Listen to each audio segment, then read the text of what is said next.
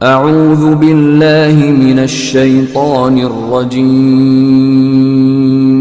بسم اللہ الرحمن الرحیم۔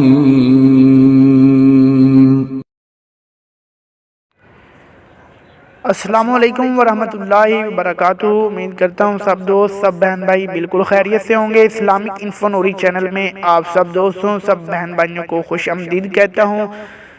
بہت دنوں سے ویڈیو نہیں بنا سکا، اس کے لیے معذرت خواہ ہوں۔ آج الحمدللہ آپ کے لیے سیرت النبی کے حوالے سے ایک ویڈیو لے کر حاضر ہوا ہوں جو کہ بہت ہی کمال کی ہے، اور نبی کریم علیہ السلام کی سیرت کے حوالے سے، نبی کریم علیہ السلام کی حالت زندگی کے حوالے سے آپ کو ڈیلی بیس پر نیو ایپیسوڈ بھی مل جایا کرے گی۔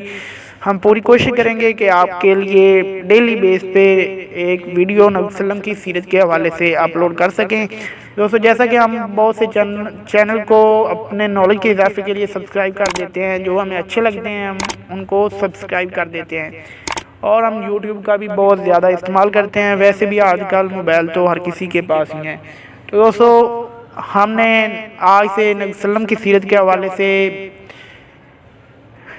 یہ ایک ویڈیو بنائی ہے، اور ڈیلی بیس پہ ہم نبی کریم علیہ السلام کی سیرت کے حوالے سے پوری ڈیٹیل کے ساتھ ڈیلی بیس پہ ہم ایک ویڈیو اپلوڈ کیا کریں گے۔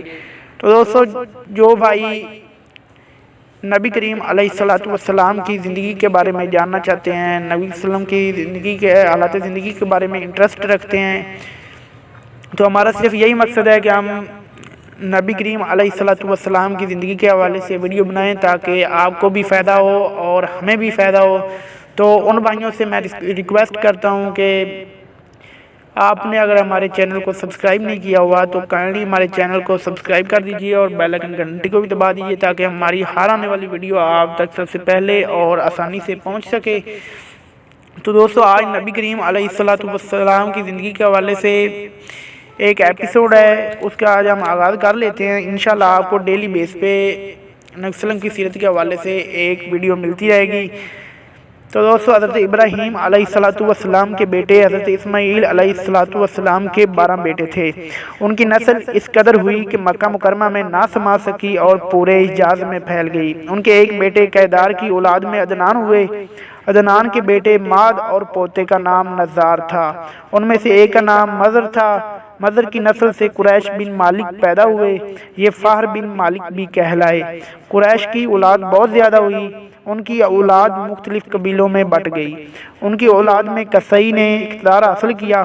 قصی کے آگے 3 بیٹے ہوئے، ان میں سے ایک عبد مناف تھے، جن کی اگلی نسل میں ہاشم پیدا ہوئے۔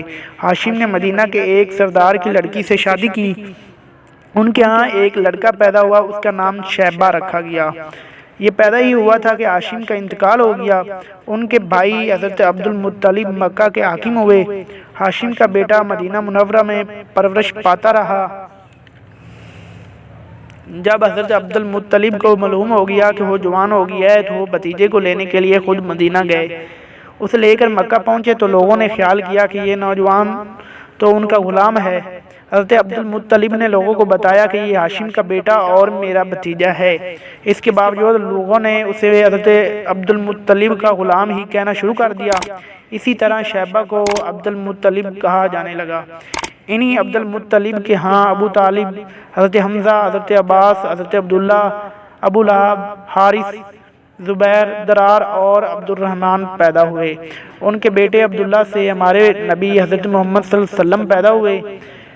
حضرت عبداللہ کے تمام بیٹوں میں حضرت عبد المطلب کے تمام بیٹوں میں حضرت عبداللہ سب سے زیادہ خوبصورت اور پاک دامن تھے۔